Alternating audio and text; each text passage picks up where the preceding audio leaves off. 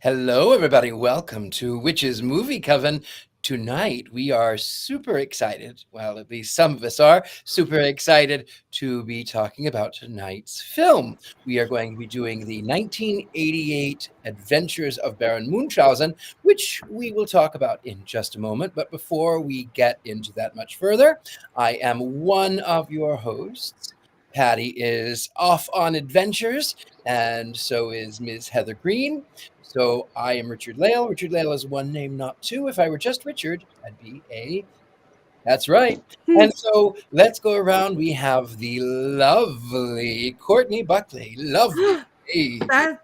That's me. I'm Courtney Buckley, Ghost Bait on Scared and Alone, and this is the imposter Black Phillip. You know that because he doesn't have a butthole. This is modest Black Phillip. Because Heather Green on her adventures this week, I got to see her, and I, as everyone knows, refused to send her my Black Phillip in the mail to have his butthole fixed, which is now half a body. So I brought him to her, and there he is. And now he's on adventures with Heather Green, and he's wearing a diaper, and he's smelling the pretty flowers. I'm so proud of him. And he's reading books, and that's what he's reading. Wow. He's smarter than I am. He really is. He's so smart. He loves literature. And this, I love him just a little bit less, but this is his imposter cousin, Black Phil Lip with an extra L from Los Angeles. So he's in disguise. He's lovely. He is lovely. Welcome, Black Phillip with an extra L. Hello, hello, welcome. And speaking of welcomes, we have the one and only, the golden child himself, the best hair in the entire coven. We have Mr. Jason Menke. Jason. I'm Jason Menke. I write a lot of books. I've written 9 books for Llewellyn worldwide over the last 8 years. And my next book will be out in May of 2025, which is a lifetime away because publishing is really slow. Do you know what's not slow? This movie coven, because we do a new movie every week. We do a new movie every week, but we don't always have the lovely Gwion. But this week we certainly do. Hello, Gwion. Why don't you? Hello. How are you, Richard Leal? It's so lovely to be back. We are honored to have you back, and front and side to side. Thank you. I did not bring a faux Black Phillip this week. I brought some Altoids. Equally as important. Always be prepared. Mm-hmm. I think that's marvelous to be prepared. I think that's quite marvelous. Can I ask Gwion Raven if anything good happened to him today? All right, so we will just diverge from the world of movies and magic and the occult and step into some very practical magic. As you know, I'm from England. You may or may not know there is a big football tournament going on right now in Europe called the Euros, and England defeated the Netherlands today and are, in fact, in the final. We have one more game to go. It makes me a very, very happy boy, as opposed to a very grumpy old man if they had lost today, and then I would have poo-pooed this movie mightily. I was really worried about the show. I was super worried about the show. Speaking of magic, Courtney, you went to go see a concert. Oh boy. Speaking of magic is right. So I got to see Joan Jett and Alanis Morissette, and it was a wild turn of events. We got stuck in traffic. We made it just in time to hear all of Joan Jett's best songs. She was opening for Alanis. But I've shared with the Coven before that I had kind of a rough childhood, and Alanis Morissette's Jagged Little Pill was one of the first CDs I ever got, and I was very angry when I was a kid because my life was hard. And listening to her music was the first time that I really connected to music because it let me feel that anger and like work it out somehow. And so it's always held a special place in my heart. But seeing her live on stage, and we were so close to the stage, and like feeling her voice reverberating in my chest while she sang, and like scream singing and crying right along with her, healed a part of my inner child that I did not know still needed to be healed. And it was like, just words cannot describe it. I've never experienced live music that made me feel the way that did. So that was yesterday. Spectacular. That is lovely. Music is, of course, a powerful tool that helps to tell stories. It helps us to connect with emotions. And I have a little personal story about Joan Jett. Many years ago, actually, before I go into Joan Jett, I will have to tell you this. So I am going to date myself. I'm going to say this. I saw Queen, not live on stage, but dead. I saw Queen dead. Is it too soon? Anyway, I saw Freddie Mercury he was dead. But I played Freddie Mercury, and there was a Joan Jett impersonator at this casino where I was under the employ. And Joan Jett gets on stage and she sings, "I love rock and roll." Classic song, right? Everyone knows that song. And so I made a joke which offended the Celine Dion. And the joke was, "I love and balls." I'm going to let your imagination take over wherever it will. Anyway, that was a long time ago. With that, let us get into the magic of movies. So you love docks? Who cares? I mean, a lot of people. I mean, there's a whole song about sitting on the dock of the bay. I mean, it's cool. It is sitting on a dock. Nice.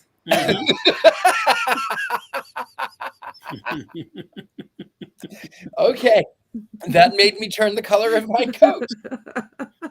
So we are discussing today's film is the 1988 The Adventures of Baron Munchausen with Terry Gilliam, of course. Now this is Witches Movie Coven, and there is not a witch in this film. I'm sorry, spoiler alert, there is not a witch.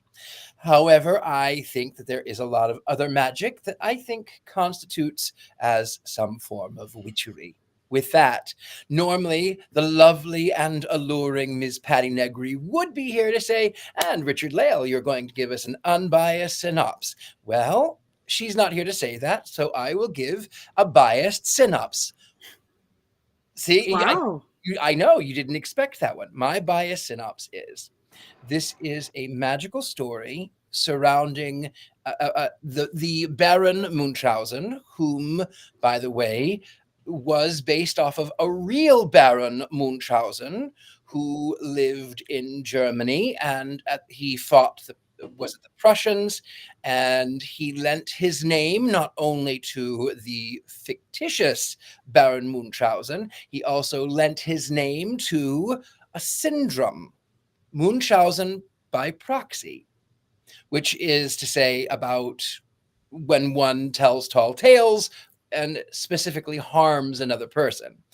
However, The Adventures of Baron Munchausen, 1988, is the most watched version of all 20 versions that are out there, the earliest being 1909, Georges Millet, and then, of course, with direct lineage to the one from Germany.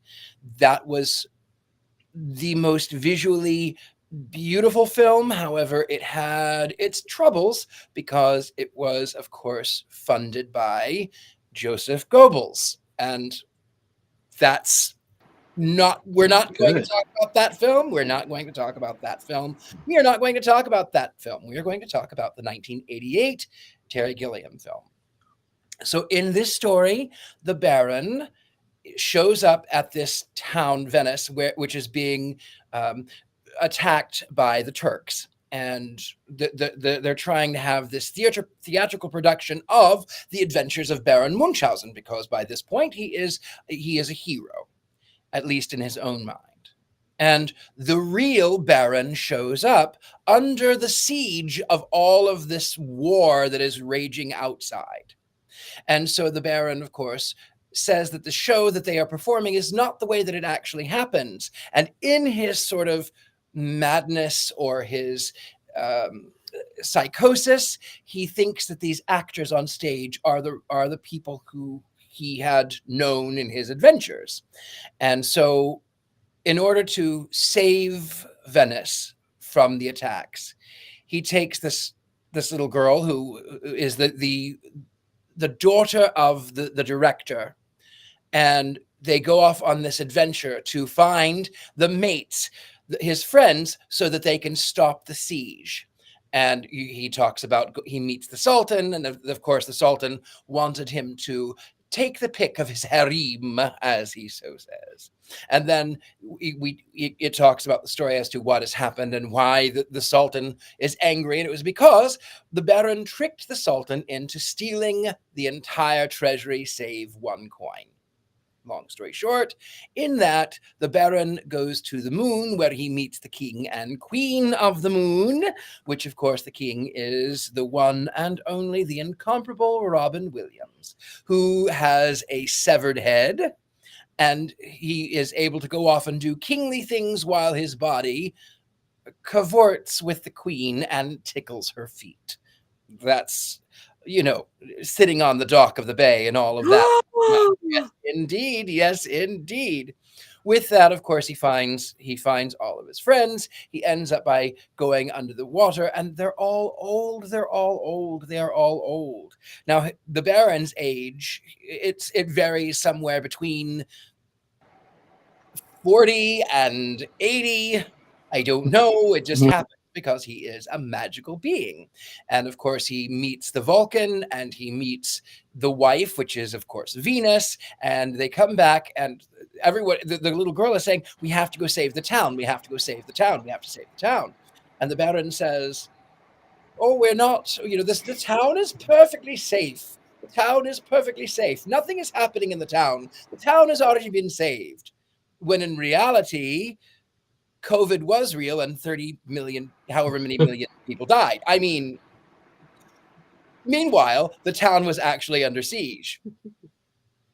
With that, the Baron does die. He meets death for the final time, and they host his funeral, only to find out that, in fact, that is not actually what is happening, and that it is the Baron telling another one of his tall tales, and he lives another day to be the hero.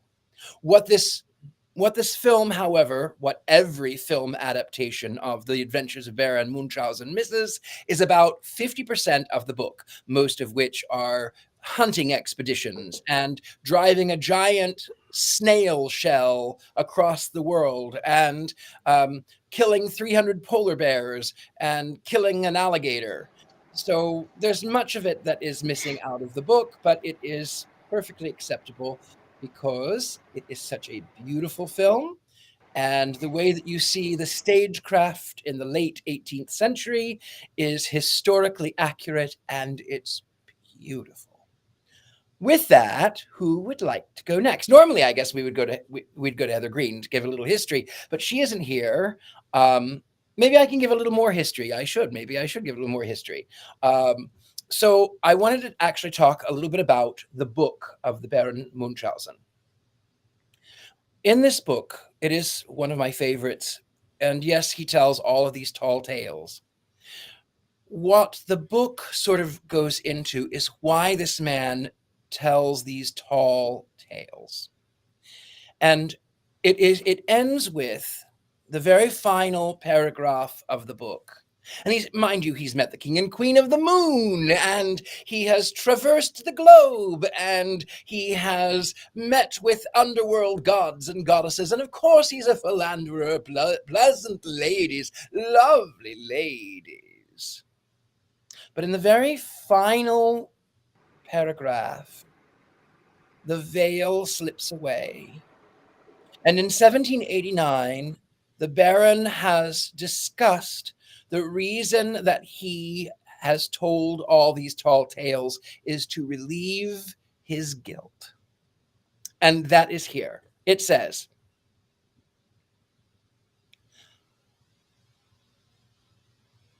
all of the noble of France, like thee, we should never have been brought to this. This is again during the French Revolution. And he says, I bade the lovely creature to dry her eyes, and with the king and the dauphin ascended my carriage and drive post to Montmedy, as not an instant was to be lost. They took my advice and drove away. I conveyed them within a few miles of Montmedy, when the king, thanking me for my assistance, hoped that I would not trouble myself any further, as he was then, he presumed, out of danger.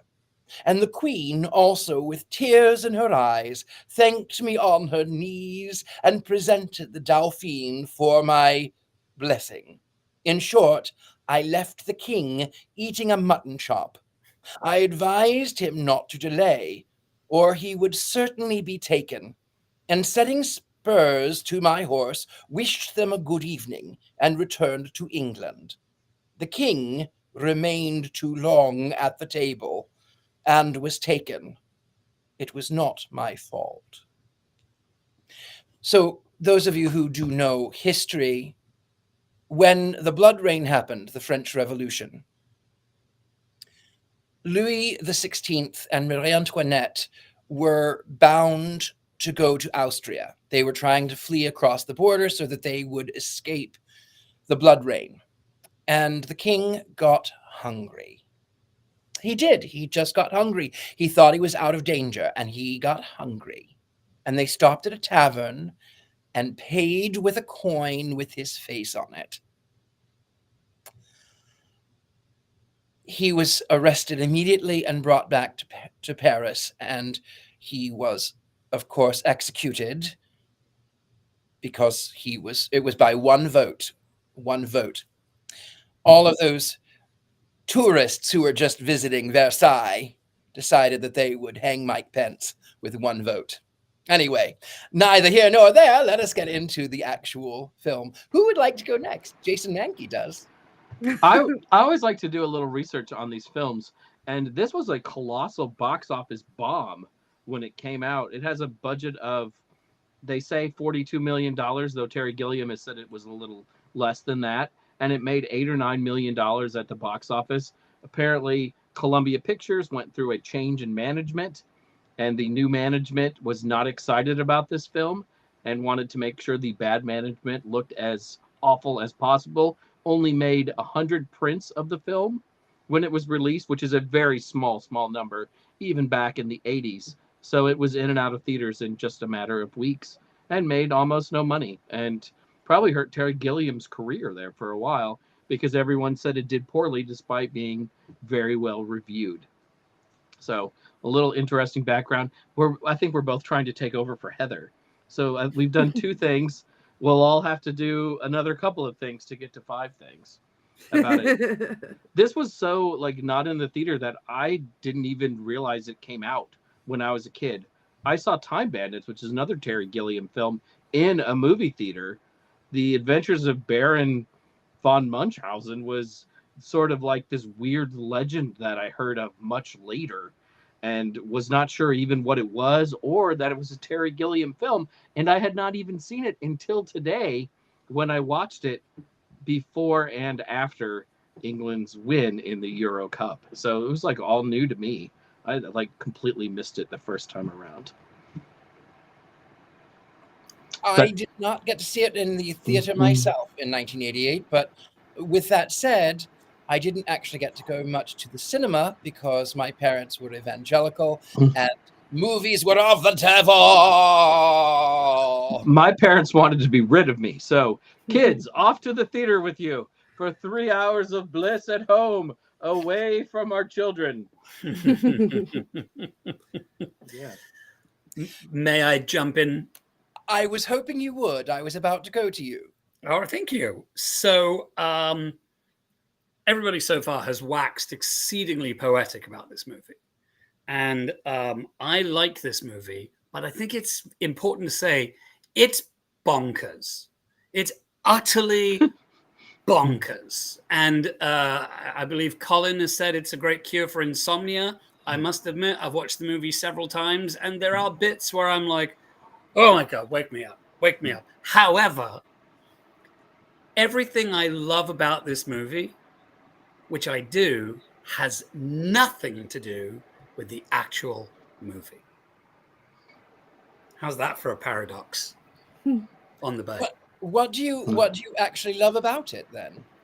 Well, so I think this is part of a 4-part series by Terry Gilliam, and all of these movies, the ones that I'm about to name, all have a really similar thread. They have several similar threads. So there's Time Bandits, there's this movie, of course, The Adventures of Baron Munchausen, there's Brazil, and then there is The Fisher King. In many of those movies, there are several of the same actors.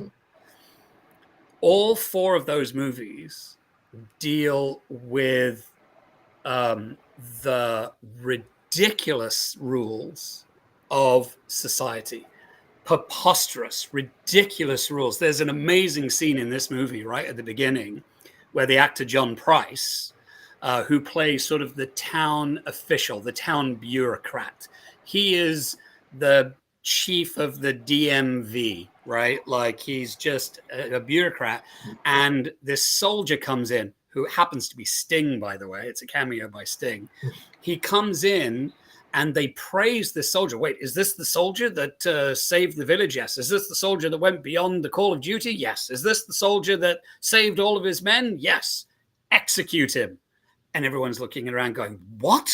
It's like, well, we can't have somebody showing extraordinary valor. That would make everybody else feel bad.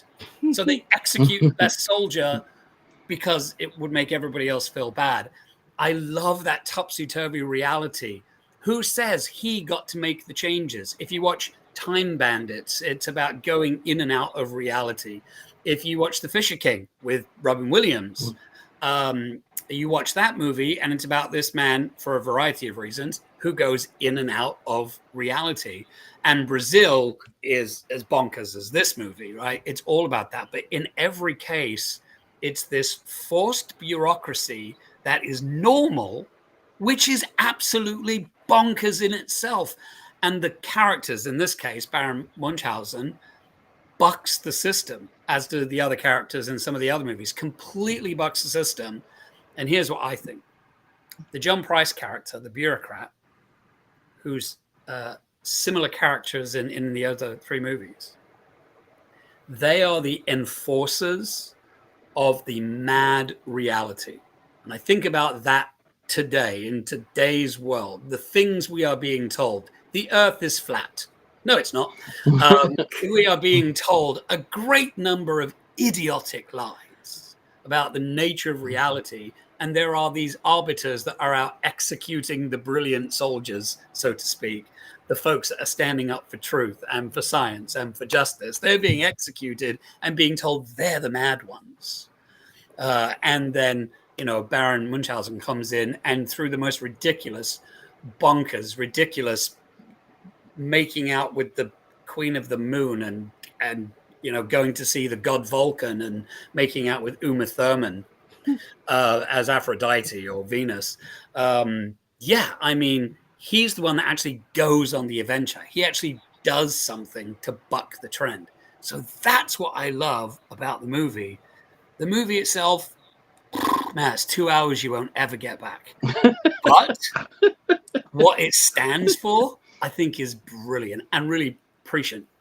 So there you go. It's so funny because it is bonkers, as you so aptly said. It is so bizarre, but I tell you, it is one of my comfort films. Yeah, and I watch it periodically throughout the year several times. I just love it. I love the 18th century, and I love the Baron, and the original, the real Baron, the real German Baron Munchausen was none too happy that someone had taken his name and rank, his title. He was so furious.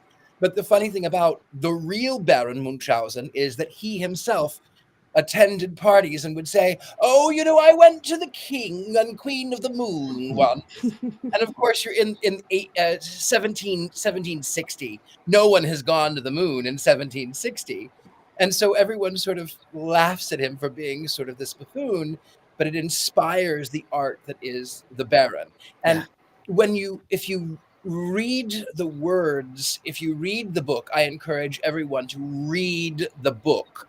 Because yes, there is some violence. Yes, there is some cruelty. Yes, there is animal cruelty, which I don't like. But it's much more cohesive than the film itself. And like I said, there are 20 versions of The Adventures of Baron Munchausen beginning from 1909. With that, I actually want to show a painting that I did. If our producer will show this painting. There we go. This is in my tarot deck. This is my Fool card. I love because in the tarot, the Fool represents sort of the possibility of everything. And with the Baron, everything is possible. Everything is, even the impossible is possible. Even, riding his horse underwater. So this is the Fool. He is out on his journey and everything just sort of happens. And if it doesn't suit him, then he sort of tells the story until it does. And I love the Baron. I cannot say how much I love the Baron. I thought that was a picture initially when you showed it. I thought that was a picture. There is a painting in the movie that shows him, and I thought for sure this was a still from the movie at first. That's a beautiful piece of art. Thank you very much. Actually, I didn't share it, but my sun card is based off of the destructed theater in this Venetian town, because you've got the sun that's floating around and all of these sort of mortar fires destroying the walls. And the sun, to me, represents the theater of life. And so when you have sort of the masquerade and the encompassing all of the actions that are life, it's theater. It's not necessarily reality. Everything is seen, but is that real? Yeah. And Courtney, you did not get a chance to watch this film, did you? Well, I watched some of it. My internet was not cooperating with me, and so I was watching it in like 5, 4, 3-minute increments and then it would buffer, and then I would have to watch it again. So at first I was like, I got like Monty Python vibes from it, so I was really excited to like sit and watch it, because there were a few like one-liners in the beginning that like kind of caught my attention. I mean, and then I was Killing Tree, mind you. It's what? It's no Killing Tree. It's no masterpiece like nothing is. So I don't hold things to that standard, because nothing will ever reach that. That would be impossible. But I was worried at first that like the bits and pieces, like the way I was watching it was interrupting my understanding of it, and I could tell that there was symbolism. Like I could look at something and understand that like it was supposed to be symbolism, but I wasn't getting what it was supposed to be symbolizing. So I don't know if it was just my viewing experience or what, but there was pieces of it that I loved. It was funny. It made me laugh, the parts that I saw, but I did not. I wish that I had watched whatever you guys were just talking about, because listening to you guys talk about it is great, and watching it was not for me. Terry Gilliam movies are vignettes. They're not like put together movies. There's a scene, and then there's another scene, and they're kind of connected, and they're kind of not connected all at the same time. I don't think he's a particularly great storyteller sometimes, because of the choppiness of all of these films. And this one reminds me a lot of Time Bandits, because it has that same structure where you're dropping into a story, and then you drop into the next story, and then it's not really completed in a satisfactory way sometimes, but you're still going to be dropped into the next story. And sometimes it annoys you a little bit, because you wanted to spend maybe more time with Uma Thurman as Venus, because who doesn't want to spend more time with Uma Thurman as Venus? And my ADHD, my particular brand of ADHD, sometimes loves that and sometimes cannot function when that's happening in front of me. So I think today was the day. Maybe I'm just tired because I watched the concert last night or whatever, but my ADHD was like 90 HDing, and I could not follow the bits and pieces that I was able to see. A movie that I find that's kind of analogous to this movie, and I think it's in the same genre. I don't know if it's from the same time period as far as being written, but as far as time period of the movie, it's of the story, it's the same. I think is Gulliver's Travels. Oh, Right. I love Gulliver's Yep. Travel. Right. It's got that same, if you ever read or saw that, Courtney, that idea of traveling through strange worlds in fanciful crafts and meeting people that were very small and really big. Yeah, Big Fish. I loved is Big another Fish. movie that's like that. It's a story of tall tales, but encoded in the movie is this backdrop of political intrigue, which I find quite amazing. And we have to think too, Jason Menke was saying that Gulliver's Travels is 1726. The Excellent. 18th century was known as the Age of Enlightenment. Mhm. And it was sort of this peculiar time period because on one hand, they wanted art and everything was sort of gilt, and it was Rococo and Baroque and all kinds of sort of, and even the music and the clothing and everything matched it. You know, when you think of classical music and you've got that sort of Baroque sound, it's just so. In the 18th century, they were saying, well, I don't know that I actually believe in the literal versions of religions. Maybe there might be a Gnostic view or an agnostic view in some cases, and they were experimenting with science, and there was invention, and it was sort of it was the future, even though it's now 200 and 300 years ago. It was the future. And so that was what inspired a lot of the 19th century science fiction novels, as well as what inspired the 20th century science fiction films. It was the 18th century, the Age of Enlightenment. When you've got automatons, robots, which make an appearance, Robin Williams' three-headed bird is an automaton. It's got cogs and gears, and that was a whole genre that happened in the 80s as well, with that what they called steampunk, even though it makes me cringe. Yeah. So the 18th century was, I think we failed to give them the credit that they actually deserve. They were not as primitive as people would like to paint them to be. Yeah. There's this interesting dichotomy, though, right? And I find this. So we mentioned John Cleese earlier on, and Python are always going to be kind of connected to movies like this because of Gilliam. But John Cleese gives an amazing speech. I'm sure many of you have seen it, about creativity. And if you haven't, go into the various places you consume such things and type in John Cleese creativity. But part of what I love about this movie, again, the absurdity is certainly one thing.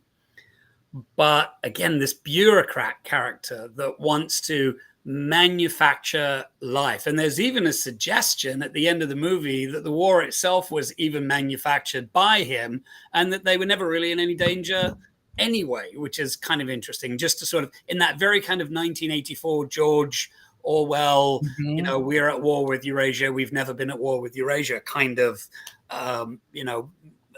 paradox there. But there's this lovely thing where it is the age of reason. It is a place of logic and bureaucracy. And I think the Baron brings in this very absolute need for fantasy and storytelling. And, you know, life is shit a lot of the time. Let's face it. I love life. It's beautiful, and it's absolutely terrible as well.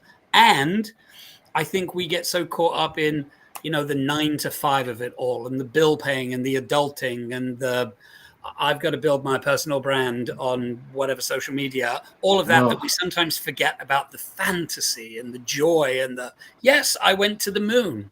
Why not? I love that. I love it. And I really think that's one of the purposes of magic. This is a really big curve back to what you started with. No, there aren't any witches in this movie, Richard Lale, but there is magic in this movie. If you dream it, it can be. If you tell the stories, the fact that he cheats death so many times, and really becomes a friend of death, in an interesting kind of way. Absolutely, yeah, bogged down in the mundane, Colin. That's exactly it. And I think what this movie does is completely blows that up, mortar shells and all. And I do also love the fact too, in a magical sort of point, is that Aphrodite or Venus is a goddess that is still honored and worshipped across the world. People may not know as much about Vulcan, maybe they do, but the king and queen of the moon, they are certainly honored, more so the goddess of the moon. So, of course, why if there's a man of the moon, why wouldn't there be a queen of the moon? Why not?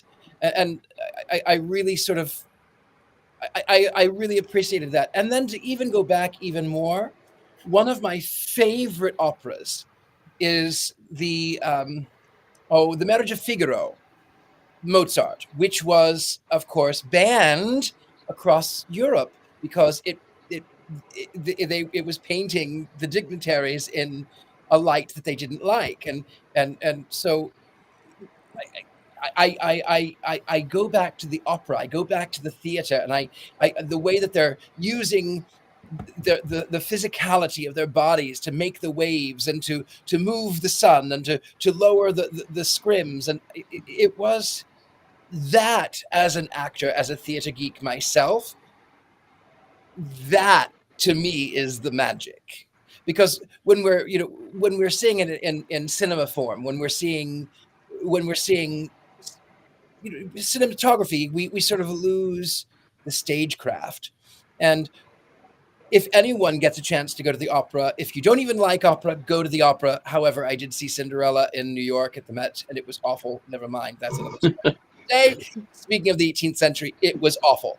But when you look at the stagecraft and the way that things maneuver around the stage and the costuming and all of the sort of the rehearsals that have to go into it and the fine tuning, and then these actors are on stage trying desperately to entertain an audience who is being fired at with mortar shells, and the theater is crumbling about around them, and the show must go on, to quote Freddie Mercury. The show must go on, and no matter what is happening, even when the real Baron shows up, they try so hard to continue the show.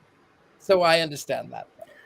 A side story for you, Richard Leal, which you might find interesting. So about 1,000 years ago, I was in a Gilbert and Sullivan show, and it was in a very, very old theatre in England, and they used I would call them drums. So there's this great scene in the movie at the beginning where the actor who's playing the acted version of the Baron, as opposed to the real Baron, is on a ship and he's going across the ocean. And there's this stagecraft where they use these tumblers to show the motion. And we actually had tumblers like that. It was purposely set to look like one of those plays. But the mechanics of those things are amazing. As many actors as you see on the stage, there's 10 times as many people backstage pulling levers and moving things and rolling tumblers. Absolutely stunning stagecraft. It's so brilliant. Again, the Age of Enlightenment. It looks like magic, but it really wasn't. Mm-hmm. I sometimes really like watching these older films that existed in an era before CGI, because now everything is doctored and made absolutely perfect. Even the costumes in a lot of these movies now are CGI'd and not real. So being able to see something that was actually created by human beings, to me, is always great. And to think that you can do a lot of those things without computer graphics is also fun to see, because everything now is all so digital all the time and you can't escape from it. In a movie like this, these are all very practical effects, and it does look dated, but it also has this really cool look to it that most modern movies just don't have, and they lack entirely. Richard Leal, could you see this movie or a version of this? Could you see this as a play? 100% I could. Yeah. Absolutely I could. I actually felt in the beginning, when they're in the opera house, I actually felt like I was there. I felt that I was there. Now, I was a danseur in the ballet, and we opened always at this little, it's on Route 66 in Miami, Oklahoma. The Coleman Theater was built in the 20s. And inside, it looks like a Parisian opera house. So you have all of the gilding and the Rococo and the stagecraft. It really, this film sucked me right in just because my love of the theater and the opera and the art and real acting. I just love it so much. I cannot express. I guess I told how I vote. I'm voting. I love this so much. But this is also a movie that was shot like on stages, right? This wasn't shot on location, and you can see that sometimes, but I also like being able to see it sometimes because it plays more into my imagination of, we created this crazy little world for you all to watch and get to play in the sandbox for a little while, instead of, we went to this real place and this is going to be exactly perfect and it's going to look this way. Like seeing somebody's really crappy take on the moon is fun, because it's not what I expected the moon to look like at all.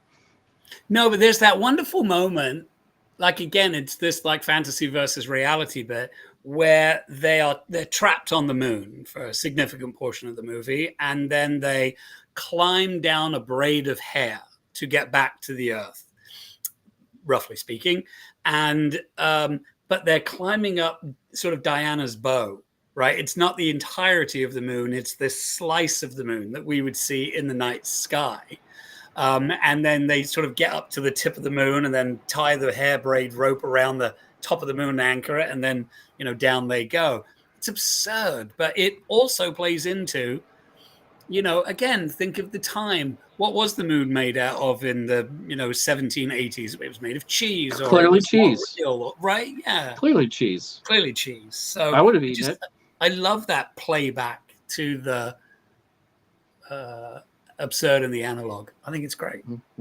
I think for me too, I don't know if it's just like, we all know I have very strange tastes in movies, and I didn't say bad, I said strange, and I have very specific things that I like or dislike in movies.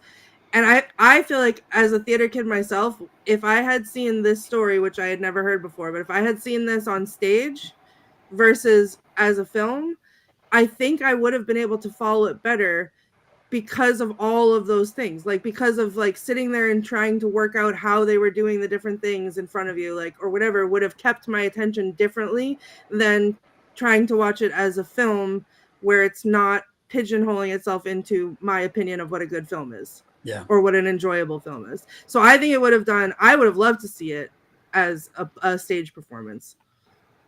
There are many different versions that one can watch as far as production values. They all share a lot of the same things. I've mentioned it before. One of the earliest surviving is 1909 Georges Méliès, who was famous, of course, for his earlier, was it 1902, H.G. Wells' A Trip to the Moon. So it still has that same fantastical quirkiness to it, but there are stage versions that have existed. He's not so popular these days, unfortunately. The Baron is not so popular. However, as we approach the quarter of the hour, Miss Courtney Buckley, do you have any quotes that you would like? I do.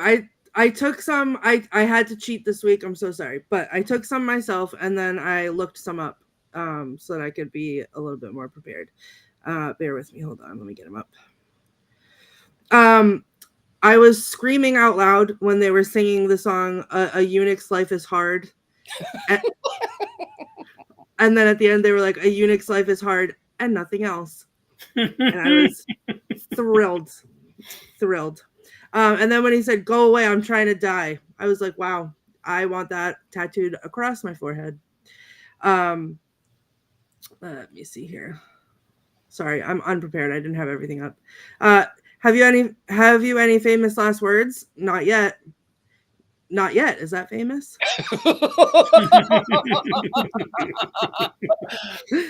Your reality, sir, is lies and balderdash, and I'm delighted to say that I have no grasp of it whatsoever. Are you all right? Am I dead? No. Blast! Let's see.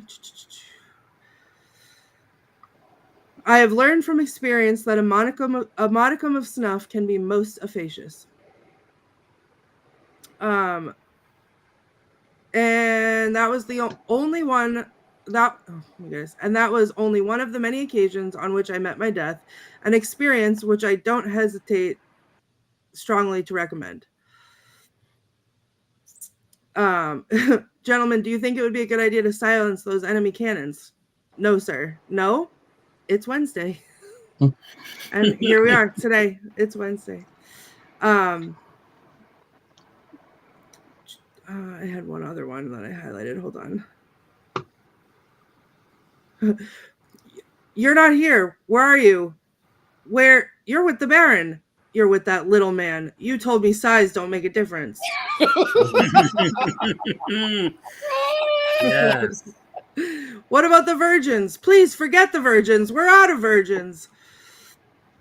And my last one is, you look different, younger. I always feel rejuvenated by a touch of adventure. For heaven's sake, don't you get any younger or I'll have to find a wet nurse. And you know what? I really wish you could have seen, Courtney, when the Sultan comes in, he's meeting with the Baron.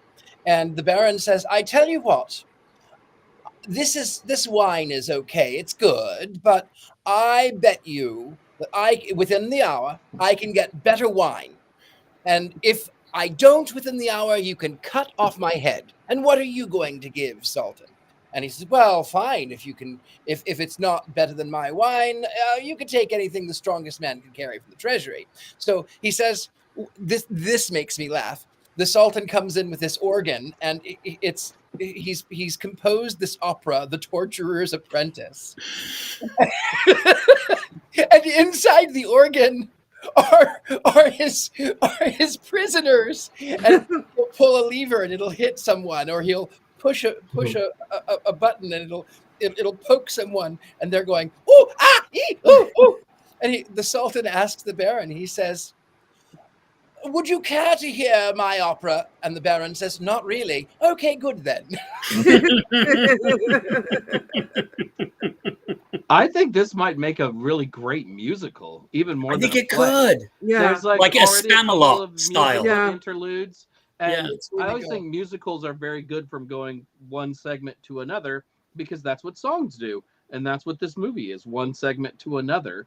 And Yeah. you could kind of cut down on some of the long extended scenes like the moon that go on for an entire moon cycle, Yeah. right? And kind of make it a little snappier. Can Further down. I give my favorite quote, and then can I do two more of Heather's 5 things? Yes. Yes. Okay. So my favorite quote is very near the end of the movie, and it's just, I love this because it's just sweet. I actually think it's a sweet quote. So at the end, on the stage, when the play has wrapped up, the Baron says, and everybody who had a talent for it lived happily ever after. And I rather like that. I like having a talent for living happily ever after. So, all right, the Heather things. The girl that played Sally, remind me of her name. The girl that played Sally. Sarah Polley. Yes.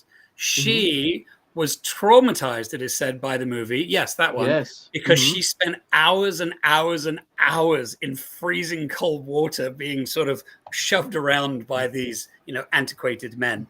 And she said she was quite traumatized for it for many years to come. So there's an interesting thing. And we've shown a picture of Robin Williams, who has a disembodied head as the King of the Moon there. Two things about that. One, Robin Williams is actually not in the movie. I believe the actor that is listed is something like Ray Donato, because they didn't want to use Robin Williams' name in the movie because people might think it was a Robin Williams movie. So he's uncredited in the movie, but I think the actor's name is like Ray Nato or something like So somebody can look that up. Ray D. Tutto. There you go. Yeah, De Tutto. And when I was watching the movie and I was watching the credits, because there are famous people in a lot of these movies and you kind of miss them a lot. And I kept waiting to see Robin Williams' name. And I was like, he'd already been on Mork and Mindy. He's pretty famous by this point. Why isn't he being listed along with the other actors in this film? Yeah, it's really kind of strange and discerning. And because I had to watch the credits because I was like, is that Sting? Because Sting is really only on for 90 seconds. And like, I'm 100% sure it's Sting.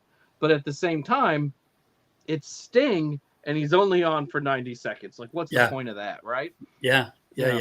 I loved when the Queen of the Moon has beheaded herself to meet the Baron in the cage, and she's got the key in her mouth, and she's going, woo, woo, woo.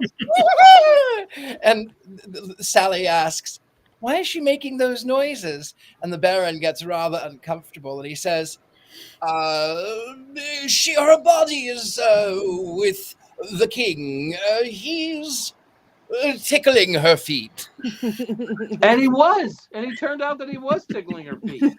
Yeah, but she certainly was not sitting on a deck, I'll tell you that. That's true.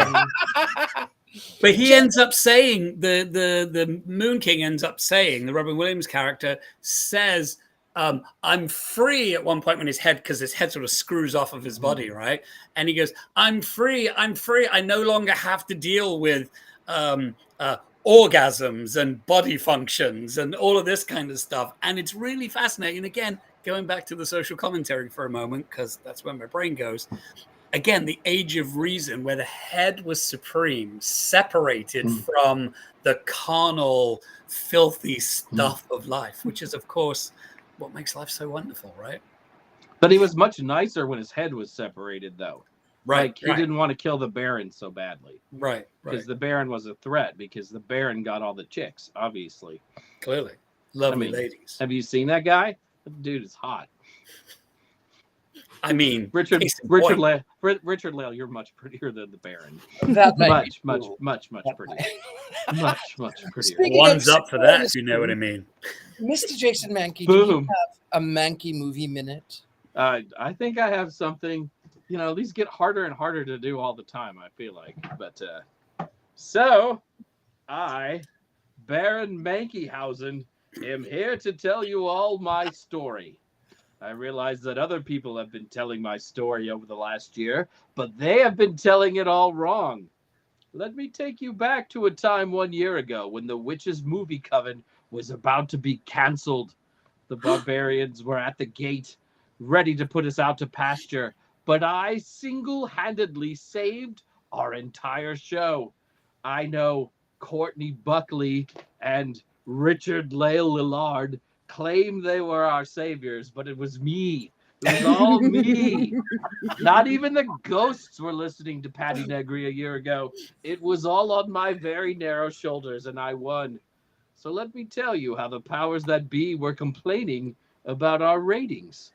Not enough people were watching the show, they screamed at us. So I, in our moment of great need, gathered the knickers of every willing woman and man who watches our show and stitched them together and infused them with the hottest of air so they might fly, and created the Mankey Movie Minute, the highest rated portion of our show. And now, with the Mankey Minute flying high up in the air, I did what any sane and rational Baron Munchausen might do. I let my balloon of hot air drift up to the moon. There upon the moon I met a disembodied head who was not just king of the moon, but king of most of the universe. And while he hated me, his wife was clearly in love with me, because why not? The king of the moon is bald, while I have the world's prettiest curly blonde hair.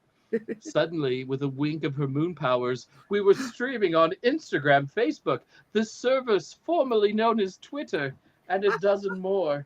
People would gaze at me on the show and become enchanted. But the king of the moon was jealous of my blonde locks, and he sent me crashing back down to the earth, where I met Aphrodite herself. The goddess, despite being married, threw herself at me.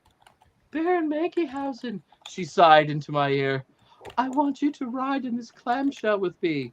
And I replied with, only if you ensure that the Witches Movie Coven shall meet many, many more times going forward. She nodded, and our ratings in the coveted 18 to 49 demographic increased 69%. So my quest completed, I circled back to the world of Restream with hundreds more viewers in my pocket. The show had been saved, and we are here tonight due to my daring and dashing deeds. And now I shall prepare for the hex Courtney Buckley will inevitably throw at me. Yay! No hexing today. That was fantastic. Oh, thank you. Thank you. So Not yet, at least. we should vote. I know how Patty is going to vote. She is not here, but Patty loves this movie, so I'm going to say Patty loves this movie. Patty votes up. I vote up. Where do you vote? Jason Menke, turn your light off. So we have ones up, ones up, ones up. We have Jason at a neutral. Do we have anyone in the credits, in the content? Anyone? I would just like to explain my ones up because I didn't watch it fully, obviously, but I'm ones up for the quotes because they were funny and because I love Richard Lale so much. And watching you talk about it and how shiny your eyes get, I have to give it a ones up. I love this movie. It's one of my go-tos forever and ever and ever and ever. I'll vote neutral with Jason. Turn your light off. One's neutral. Heather Green is neutral. Heather Green is not here, so I'm going to say Heather Green is voting up.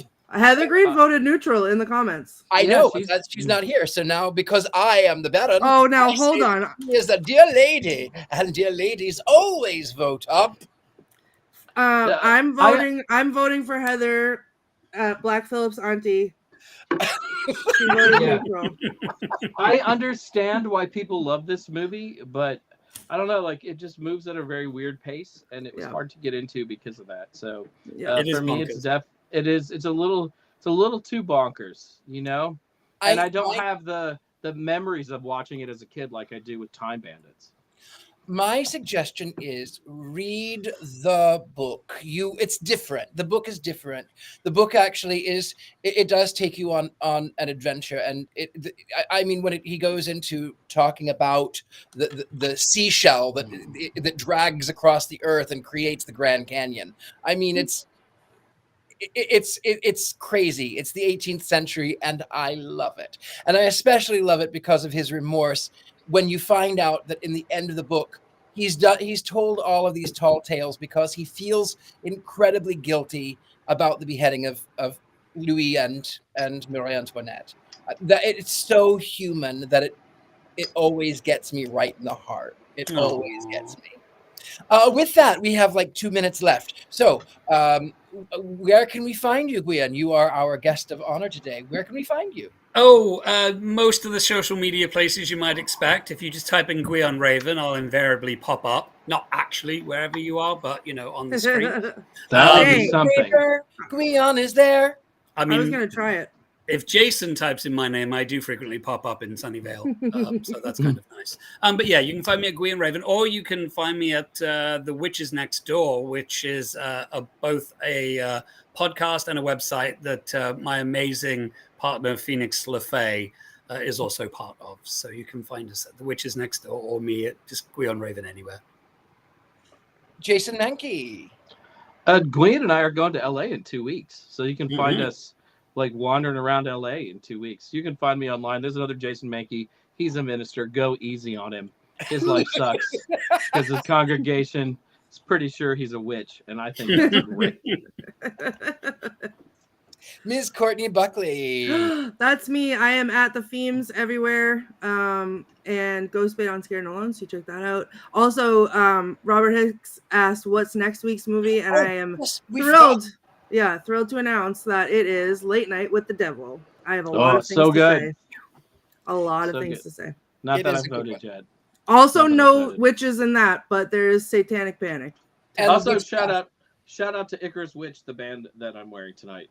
Heavy metal band, very much witches. They're great. Joan Also, Jett. Joan Jett is great too. Baron Munchausen. What would Gerald What would do? Gerald do? I like it. Oh, And I am really easy to be found. I am at the Gentleman Psychic, gentlemanpsychic.com. I'm, Richard Lillard. Anyway, I'm everywhere. I am everywhere next week, Late Night with the Devil. And with that, we have one more thing to do as we just go over the hour. What do witches do? They cackle. And so, since there were no witches in this film, we are not going to cackle. No, I'm just kidding. We're going to cackle. We are going to cackle. We are really